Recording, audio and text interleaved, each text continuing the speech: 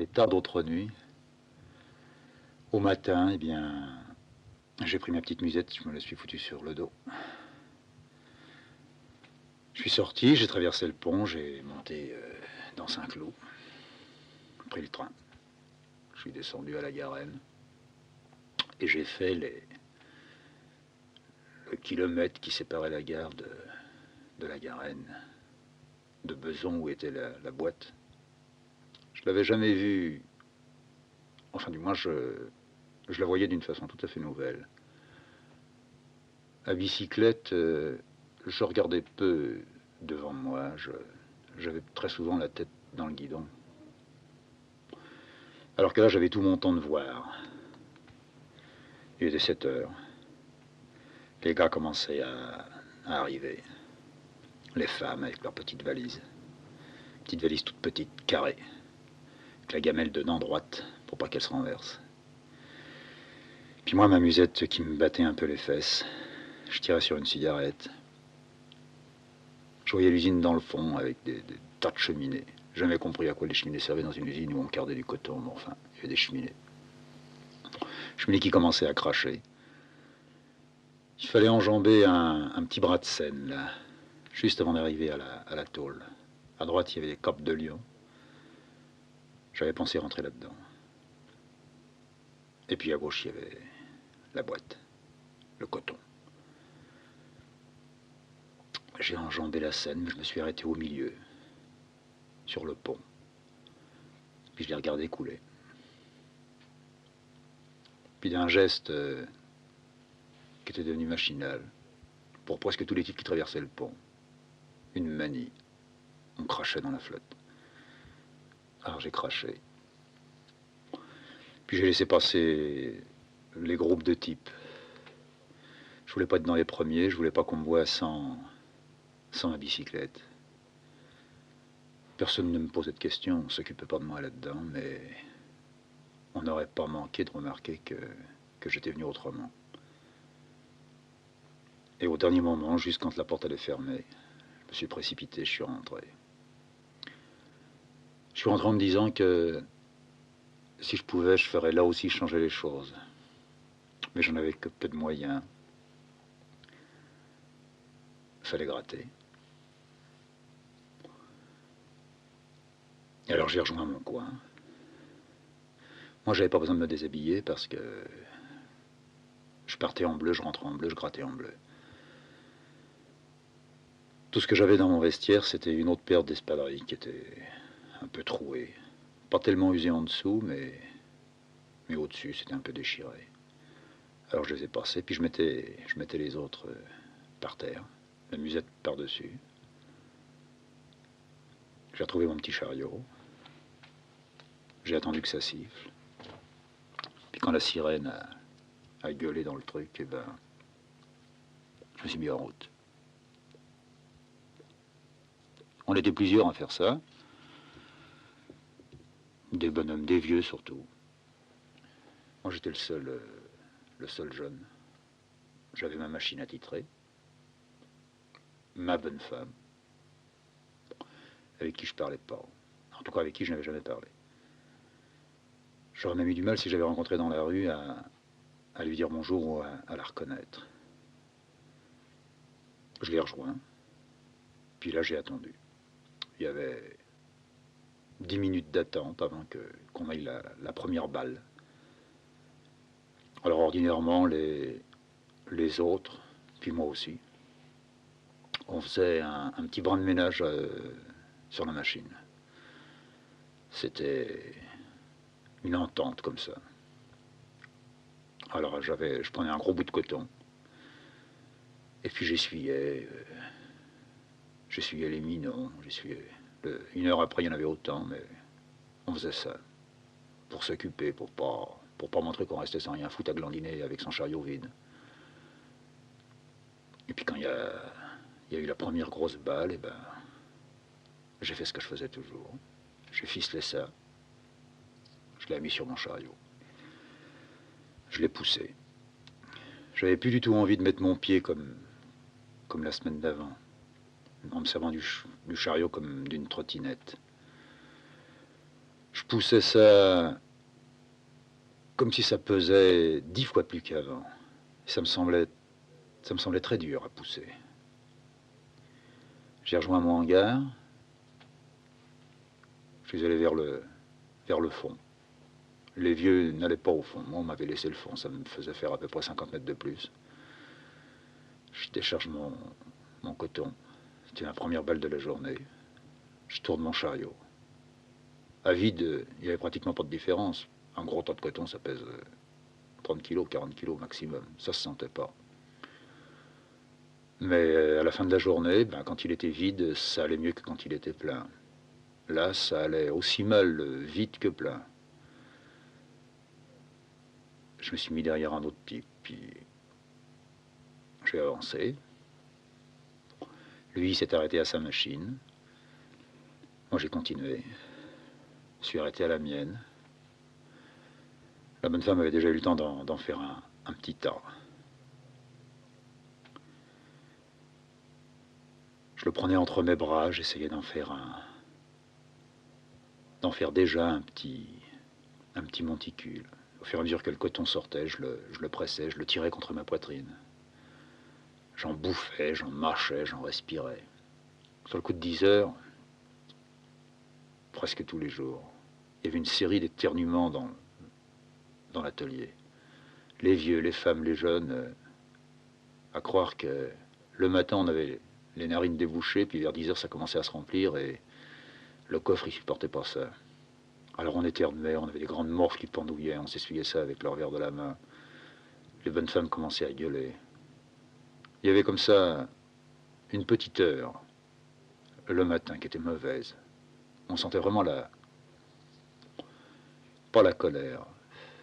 En tous les cas, pas la colère contre le coton. Ils avaient presque tous une colère contre leur blaire. Arrivé vers 11 heures, ça se calmait. Les éternuements s'éteignaient comme des petits cris. Puis on retombait dans le silence, parce que les machines ne faisaient pas de bruit. Un bruit, en tous les cas, qui était feutré, comme tamisé.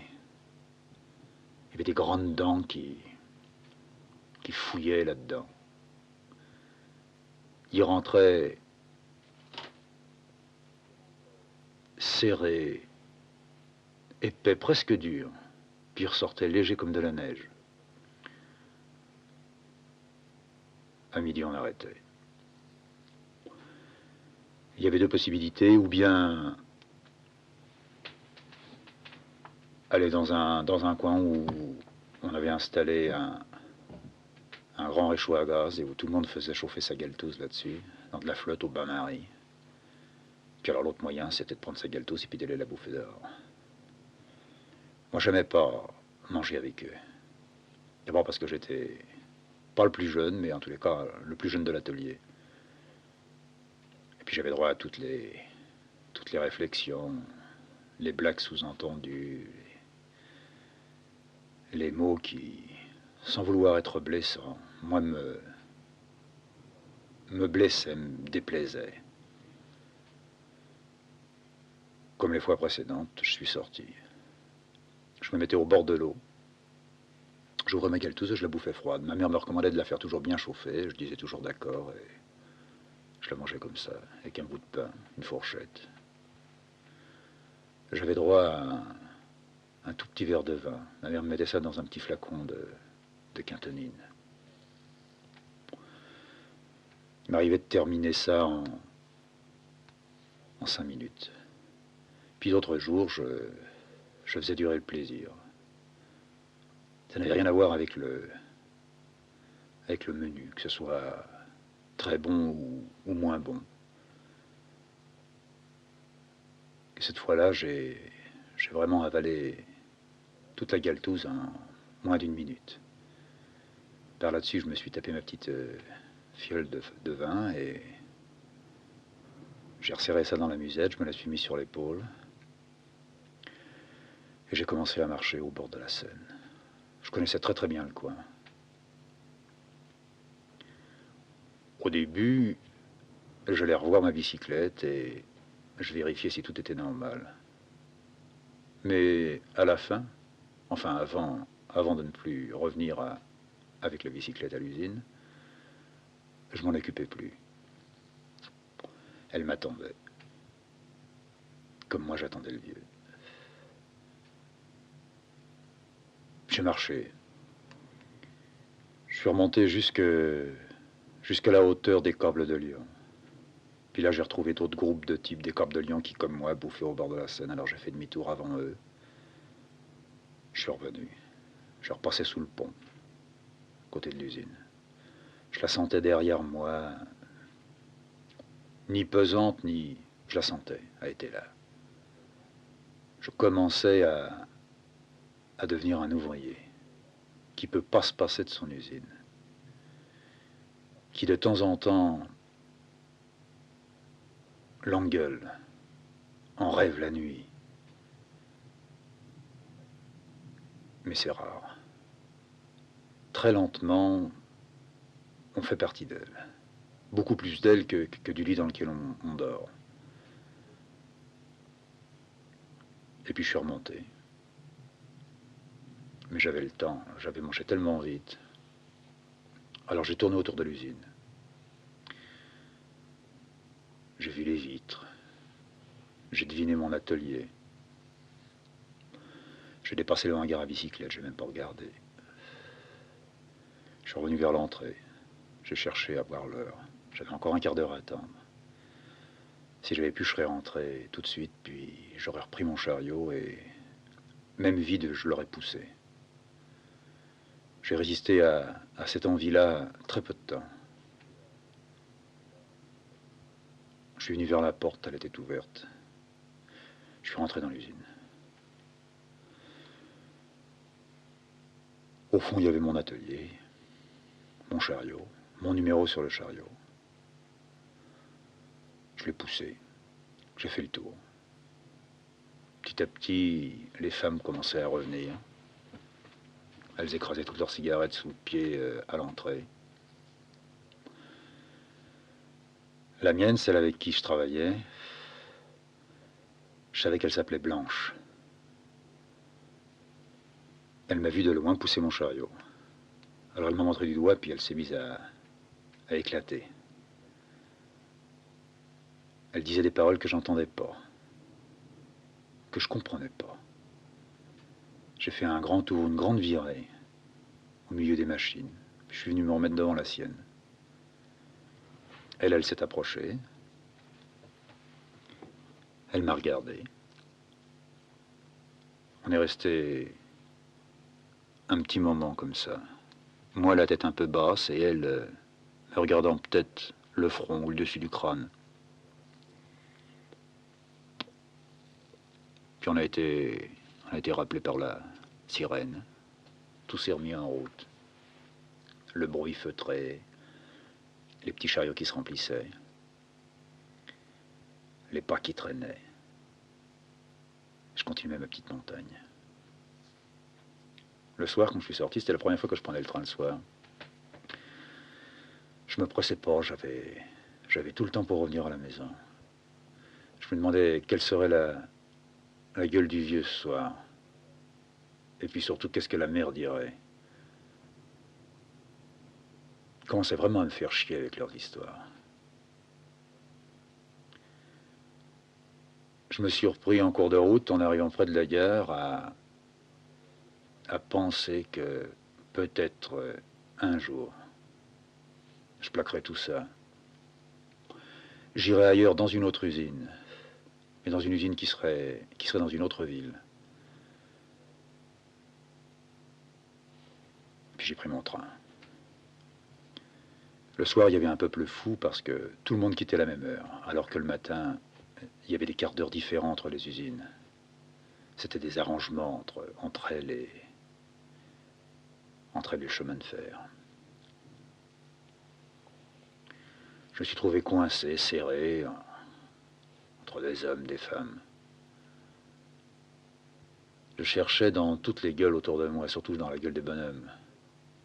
Ceux qui avaient un âge qui me permettait de penser qu'ils avaient eux aussi des gosses comme moi. Je me demandais quel était celui qui buvait là-dedans et les rares qui ne buvaient pas. Alors pour contrôler ça, je me suis mis à me faufiler entre les corps. Je me disais, dans le coin du wagon où je suis, on doit être une trentaine. Sur 30, il doit y avoir 20 bonhommes. Sur les 20 bonhommes, il doit y avoir au moins 15 types avec des musettes et 1 litre. Alors je me suis mis à les plotter, à essayer de trouver ceux qui avaient 1 litre. C'était facile, ils en avaient presque tous un. Même plusieurs qui en avaient 2. Je suis arrivé à Saint-Cloud. Je suis redescendu chez moi. En arrivant sur la chaussée, j'ai passé un œil chez Albert pour voir si le vieux y était déjà. Et personne. Je suis descendu à la cave. J'étais décidé à dire quelque chose, à faire quelque chose. Il fallait que ce soir, j'ai pas une explication. Je pourrais pas penser avoir une explication, mais il fallait pas que ça soit silencieux. Il y avait un poste de TSF que le vieux de temps en temps faisait marcher. Alors je me suis dit, si personne ne parle, je mets le poste. Et puis, pleine gomme, faut que ça gueule là-dedans. Je vais avoir du mal à supporter le repas. Si je n'étais pas un peu dégonflé, j'attendrai 9 heures pour revenir. Qu'au moins la mère ait fini de manger sa soupe en bavant, en chialant. Et puis d'entendre l'autre, la grand-mère, qui la plaignait, qu'est-ce qu'elle lui remontait le moral, qui lui disait toujours qu'il n'était pas aussi mauvais qu'elle le disait. Puis quand j'ai poussé la porte, il y avait le vieux qui était là. Le vieux, la vieille, et puis l'autre, la plus vieille. Alors il m'a dit, bah, dis donc, tu vas plus maintenant à Beson avec ton vélo? Alors j'ai répondu par un mouvement d'épaule. Je crois que c'est là que j'ai mis un peu le feu à la mèche. Il s'est relevé puis il m'a dit, j'aime pas ces manières-là. Je me suis pas retourné. Donc j'ai pris ma chaise, me suis assis, j'ai mis mes 2 mains sur la table et j'ai attendu que la vieille elle serve. Elle a servi la soupe, il y avait la soupe, le fromage, un bout de pain. Je baissais la tête et j'avalais. J'avais redouté du silence. Je m'étais promis de mettre le poste. J'étais incapable de faire un geste. Ça voulait pas descendre. Plusieurs fois, j'étais obligé de pousser ma langue contre le palais pour que le liquide puisse descendre plus facilement. J'avais pas pensé m'engueuler avec le vieux, je sentais qu'il y avait quelque chose de plus aigu qu'une engueulade. Il prenait comme prétexte peut-être la bicyclette, mais il y avait autre chose dans la tête. Quand est arrivé le moment du fromage, j'ai pas pu arriver. Pas pu arriver à avaler, à découper le fromage, à le foutre sur mon pain, à le serrer avec mon pouce. Alors je me suis mis à mâcher le même petit morceau de pain qui voulait pas descendre. Et puis je sentais les yeux du père au-dessus de moi. Et puis je voyais que le litre descendait de plus en plus vite. La mère qui se levait, qui s'asseyait, qui tournait, qui à un moment donné a commencé une phrase et qui m'a dit « Tu n'as pas... » et qui ne pouvait pas continuer. D'un bond, je me suis levé, je suis allé dans la direction du lit, c'était au-dessus de mon lit qu'il y avait le poste. J'aurais voulu lancer la main et choper le premier bouton, puis à fond m'ouvrir. Puis c'est une rafale du père qui m'a retenu. Il m'a dit « Je veux te parler ». Alors je me suis assis sur mon lit. J'ai attendu que ça vienne. Alors les questions pleuvaient. La bicyclette, mes combines, mes copains, mes manières. Alors je l'ai regardé. Je pouvais pas lui répondre. Les plus mauvais moments avec lui, c'est quand il n'avait pas assez bu, mais qu'il avait déjà commencé. Quand il s'était retenu et que, arrivé à la maison, il regrettait de s'être retenu. Ou il regrettait d'avoir commencé, enfin. Il s'est levé, il est venu vers moi. Il m'avait jamais foutu de baffe. Je l'ai pas reçu, il l'a pas donné, mais je l'ai pris en pleine poire quand même. Alors j'ai retrouvé toutes mes idées de la journée. Un jour je me taille. Un jour je me taille et on ne me revoit plus. Je me suis mis à le détester à toute vitesse. Seconde après seconde, ça prenait des proportions mais énormes. Je regardais la table, sur la table il y avait encore les assiettes, les fourchettes, les couteaux. J'avais envie de bondir sur une assiette, de lui foutre sur la gueule, de prendre un couteau, une fourchette, d'ouvrir quelque chose.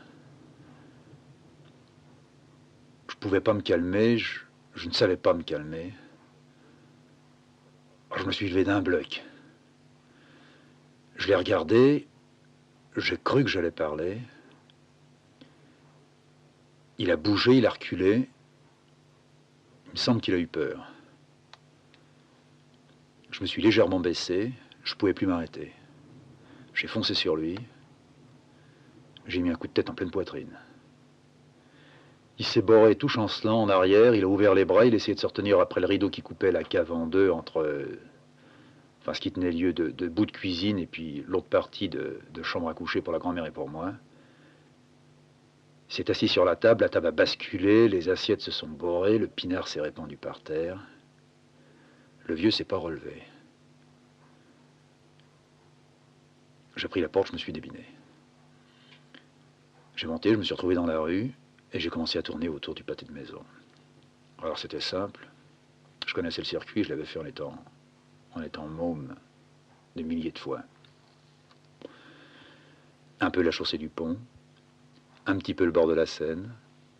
Je reprenais la rue Béranger, je passais devant chez Pavic, je dépassais la fabrication de chaussons qu'il y avait.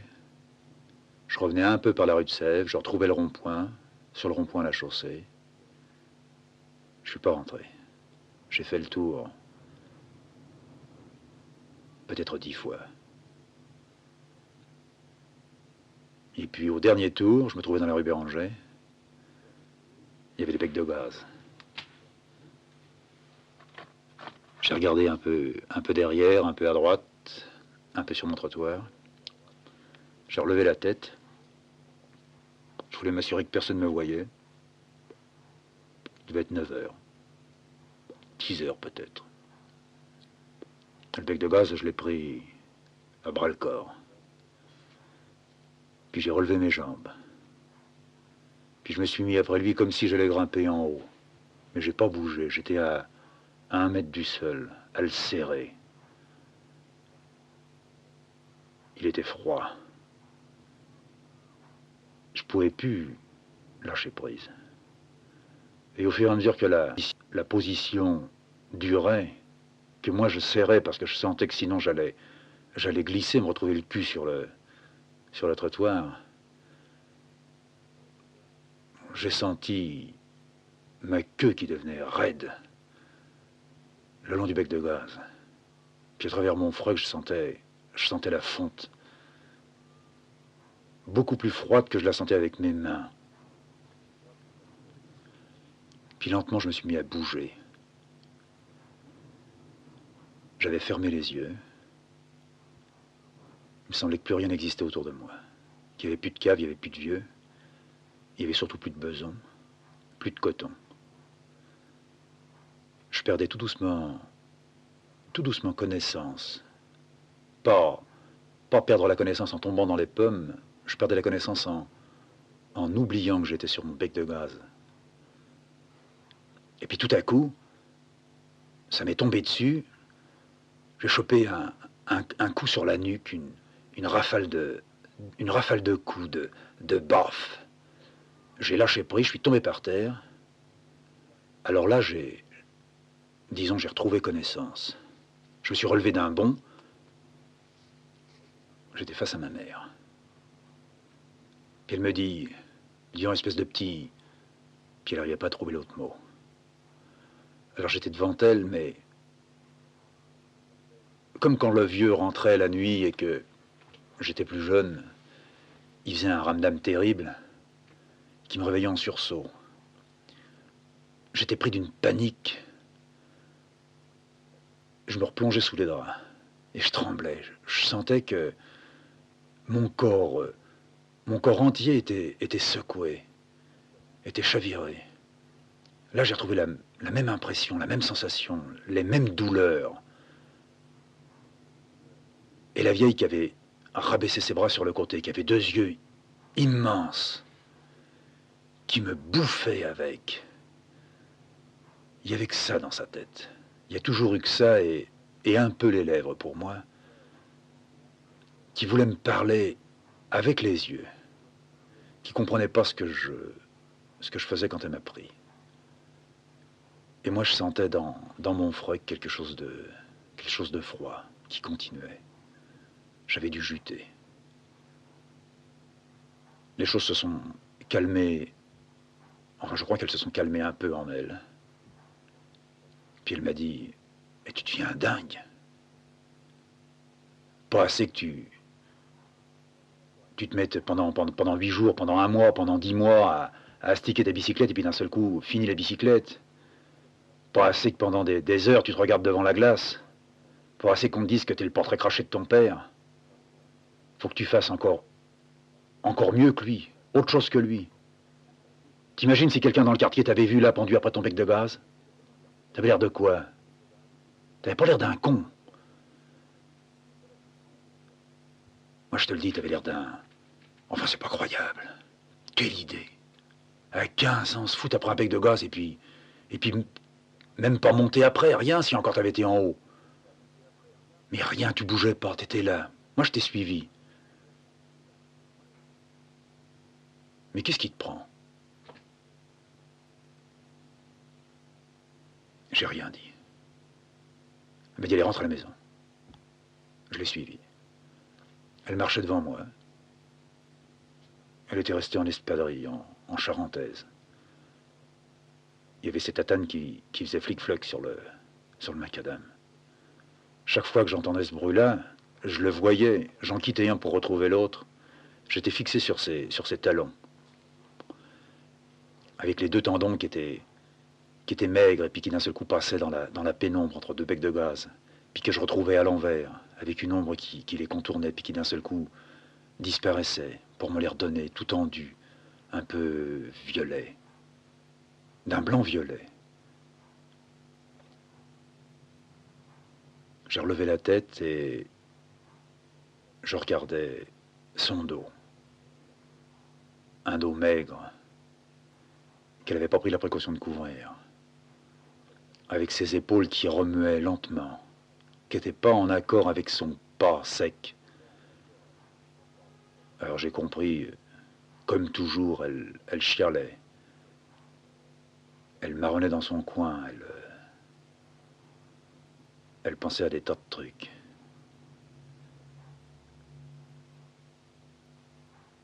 On est revenu à la maison. Le père avait disparu de la cave. La grand-mère s'était déjà mise à son paddock. La vieille a fait chauffer une goutte de café. Elle a versé ça dans 2 tasses. Une pour moi, une pour elle. J'ai bu. Et puis je me suis allongé. Toute ma nuit, j'ai braconné.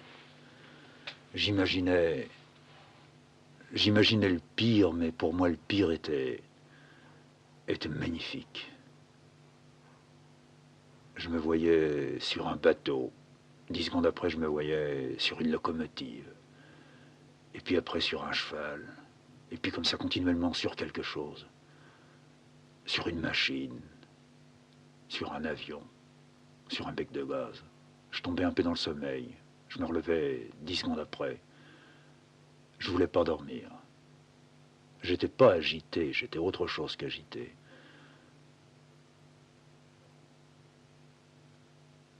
Je pensais que le moment était peut-être venu de les laisser choir.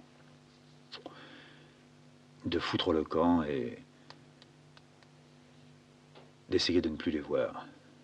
De plus penser à ça. Je comprenais pas le vieux qui, d'un seul coup, me prenait moi comme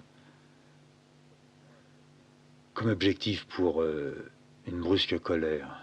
Je sentais que depuis quelque temps, lui aussi était énervé. La vieille énervée parce que j'étais le portrait, je devenais le portrait craché du vieux. Lui, pour autre chose. Ça a été décidé en 5-7. Je me suis assuré, comme je pouvais, que la grand-mère dormait. J'y ai un peu parlé. Elle n'a pas répondu. Je lui ai posé comme question, on dirait qu'il y a quelqu'un dans le couloir. Elle n'a pas répondu. Alors je me suis levé tout doucement. J'étais resté tout habillé. Je suis allé vers le placard. J'ai ouvert avec précaution. J'ai tendu la main, je suis tombé dans la boîte à sucre. Je m'en suis rempli les poches. J'ai fouillé encore un petit peu plus loin à droite. C'était la boîte à gâteaux. J'ai levé le couvercle. J'ai pris une poignée de gâteaux. J'ai mis ça dans l'autre poche.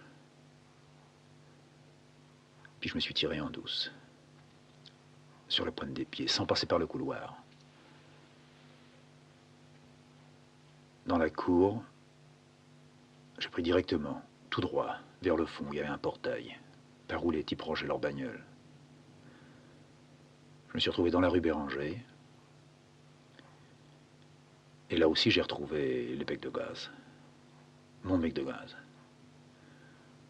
Alors machinalement, j'ai sorti un sucre et puis j'ai grignoté ça. Je suis allé vers la Seine. J'ai dépassé Pavic. Je me suis dit que si j'avais su conduire, si j'avais été un peu plus vieux, je me serais embauché comme chauffeur. Souvent, je regardais les fiches où on demandait de l'embauche, les grandes ardoises à la porte des entreprises. Et assez souvent, j'avais vu, on demande un chauffeur poids lourd. Seulement, je ne savais pas conduire. Puis je pouvais pas le faire, puis j'étais trop jeune. Derrière, il y avait les grands tas de charbon, tout brillant, tout noir dans la nuit, mais qui brillaient quand même. Je laissais mon regard là-dessus. Je reprenais le chemin. J'arrivais au bord de la Seine. Et je remontais lentement, dans la direction de Suresnes. Je dépassais toutes les usines qui étaient au bord. Le matériel, l'aviation. Plus loin, les marmites. Puis comme ça, je suis arrivé à Sèvres. Pas Suresnes, à Sèvres. J'étais pas loin de la place nationale. J'ai pas du tout voulu faire un pèlerinage, mais j'ai voulu aller jusqu'à la porte de la place nationale. Il y avait marqué Renault en gros. J'ai regardé. J'ai fait demi-tour.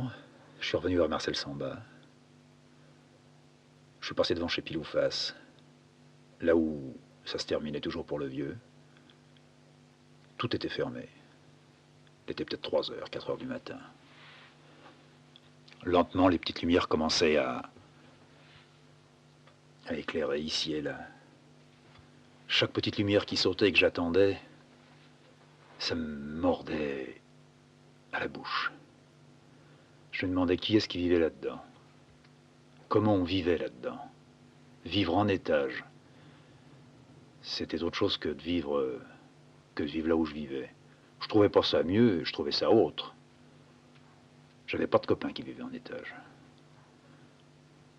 Je restais devant une fenêtre noire pendant 10 minutes, un quart d'heure. Je me persuadais qu'on allait se lever, qu'on allait éclairer. Ça marchait. Au bout d'un quart d'heure, quelquefois moins, quelquefois très vite. Alors je me suis mis à regarder tout ce qu'il pouvait y avoir comme fenêtre. Des puis je montrais du doigt. Celle-là, clac, elle s'allumait. Celle-là, clac, elle s'allumait. Celle-là, clac, elle s'allumait. J'avais l'impression que que j'avais le pouvoir de faire allumer toutes les fenêtres de Boulogne, de Billancourt, de Paris. J'étais devenu un peu le maître en lumière. Et puis le petit jour s'est levé. Les premiers gars ont commencé à sortir. Tous pareils. Le même uniforme, la même démarche un peu cassée, un peu chaloupée. La démarche du gars qui a cuvé, mais qui n'a pas tout terminé, qui est encore un peu dans la bleue. Je me suis mis à en suivre un. Puis je le lâchais, je reprenais un autre. Et puis comme ça, jusqu'à ce qu'il n'y en ait plus dans la rue. À 7h30, c'était curieux, ça ressemblait à un dimanche le matin d'une semaine. Les rues devenaient vides. Ça faisait longtemps que je ne m'étais pas trouvé à cette heure-là dans une rue. Sauf le dimanche. Puis vers 8h, il y a les premiers gosses qui ont commencé à sortir. À brailler, à cavaler, à se faire des croche-pieds, à lancer des pierres. Puis ça aussi, ça s'est arrêté. Puis à nouveau, c'est redevenu tout vide. Puis vers 9h, 10h, les premières bonnes femmes ont commencé à sortir. C'est à ce moment-là que j'ai réalisé, je suis pas allé à Besançon. Je pouvais pas aller à Besançon. J'ai repris un sucre, deux sucres, un bout de gâteau. Je me décidais pas à quitter le coin. Ça allait de rue en rue, un immense triangle. J'étais certainement passé déjà plusieurs fois dans la rue de Billancourt, puis j'avais pris un peu la rue en biais, tombé dans la rue de la Saucière, revenir vers la rue de la Mairie, puis retomber dans la rue de Billancourt. Ça faisait un triangle un peu écrasé, un peu biscornu. Dans la rue de la Mairie, je passais devant l'école. Une école où j'étais allé très jeune, quand j'avais 5 ans, 6 ans, en revenant de préventorium. Ma mère m'avait foutu là parce qu'elle disait que c'était mieux. C'était pas mieux, c'était mieux pour elle. C'était les curés. Je suis pas resté longtemps. Je suis tombé tout de suite amoureux de la première maîtresse que j'avais eue. Très rapidement, je me suis fait saquer. On voulait bien les fils d'ouvriers, mais pas ceux qui étaient amoureux. Un petit peu plus loin, 50 mètres, de la même école de Curton, il y avait l'église. Je suis passé devant l'église. J'y allais pratiquement jamais. En étant môme juste avant de faire les premières histoires, communion et tout ça, on m'y envoyait, j'y allais pas et on me questionnait pas. Alors je suis passé un coup, 2 coups, 3 coups devant cette église dans ma petite déambulation. Et puis la dernière fois, disons, en arrivant à la hauteur de l'église, je me dégonfle pas. Pas du tout attiré, aspiré, et non. Non, j'ai eu envie de rentrer là-dedans, simplement. Ça faisait des années. Peut-être que je n'y étais jamais rentré comme je rentrais là ce matin-là. J'ai poussé la porte. Là aussi, c'était très calme. Il y avait des bougies qui brûlaient, des cierges. Sur l'autel, il y avait un petit lumignon. Pas un chat. Les confessionnals, à droite et à gauche de la nef. Je restais figé tout à l'entrée près de la cuvette, là, du bénitier. Je suis resté un bon moment, sans remuer un doigt, à la regarder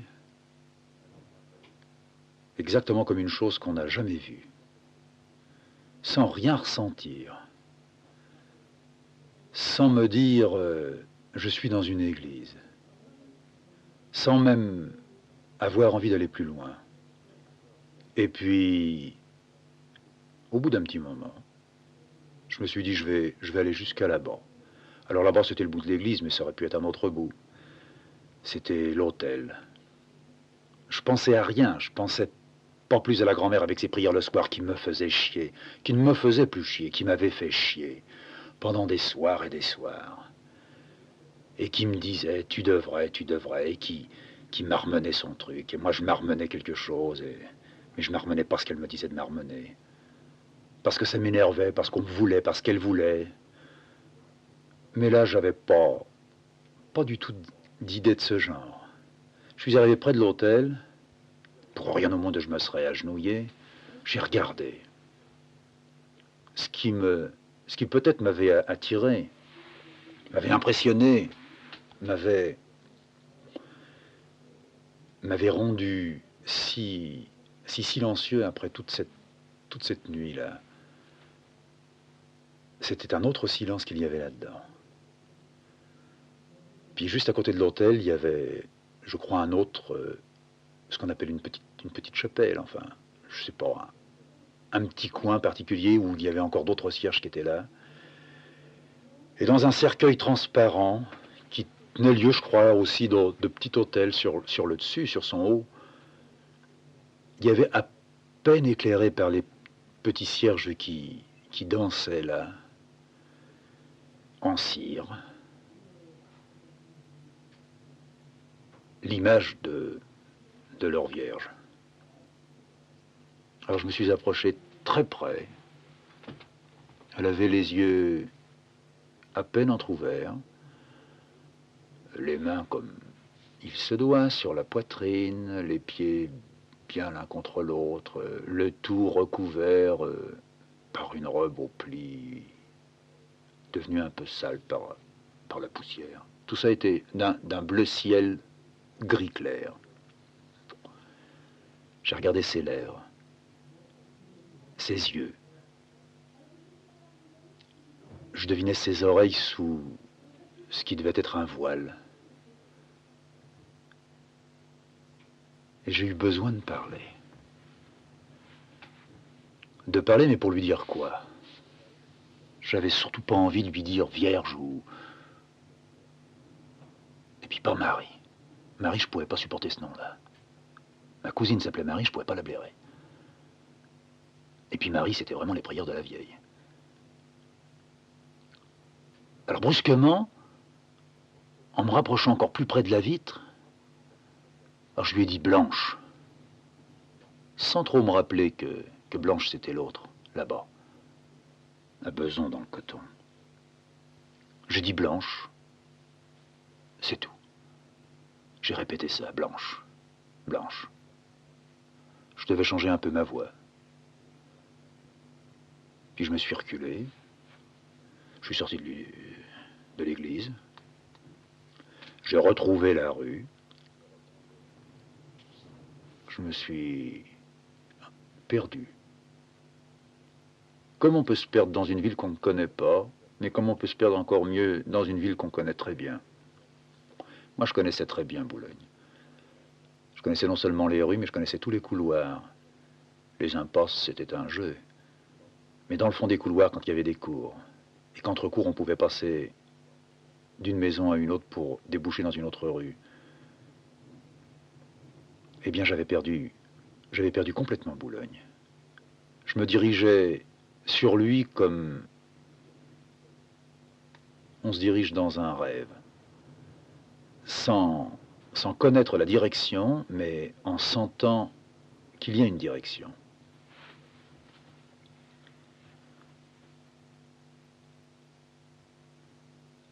Ma déambulation, elle s'est terminée près du Parc des Princes, là où il y avait le chocolat, où mon père avait, paraît-il, travaillé quand il était tout gosse, quand il débarquait du Nord. Il m'avait raconté que, en arrivant là, c'était juste après la guerre. Il avait passé la guerre là-haut, près d'Amiens. Ça avait été occupé. Sa vieille l'avait plaqué. Il était resté pendant 3 ans avec un curton. Et puis dès que la guerre avait été terminée, il s'était mis en route. Et il était arrivé vraiment tout seul à Boulogne.